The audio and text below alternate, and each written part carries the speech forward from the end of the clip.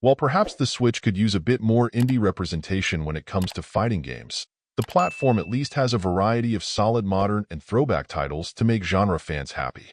Blazing Strike has now stepped up to the plate, with the hope of cementing its own legacy in the genre. The problem is that through a number of missteps and shortcomings, it simply isn't worth any serious fighting fan's time. Pretty well, no matter what your fighting game of choice may be, the first problem the game has is that on most any level Blazing Strike compares poorly to it. Opting for a control scheme that would best be defined as Street Fighter meets a generic beat-em-up, there's a pronounced lack of depth or originality here.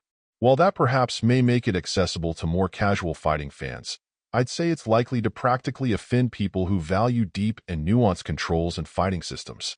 This has really watered them all down, and thus doesn't have any modes that demonstrate their system's depth, throwing up a pretty serious red flag.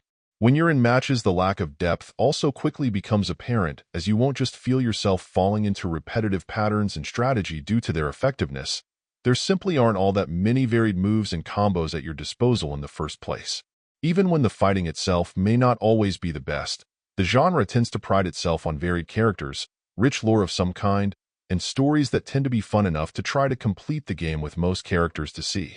This is where Blazing Strike takes a very odd turn, though, with a story mode that feels like a visual novel in many regards, throwing many walls of text at you to read through, conveying a really odd mix of science fiction, odd motivations, and a mind-numbing dullness.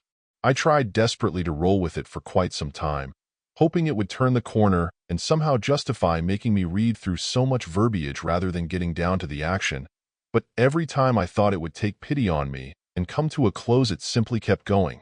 That leaves you with a fighting game with too much story, an awful one at that comes up short on interesting fighters, compelling depth to its systems, and really any reason to give it the time of day. While it would always be great to see some more games in the genre on the system, when you have the major players in the space, some terrific retro collections, and even some solid indies represented, Blazing Strike simply offers nothing to justify wasting your time on it. Overall, my final score for the game ended up being a 4.5. And if you're interested in picking it up, it's currently available on the Switch eShop for $39.99. Thank you for taking the time to listen to this review. And if you'd like more information or ideas of indie games worth checking out on Switch, be sure to click on the link provided in the description. Until next time.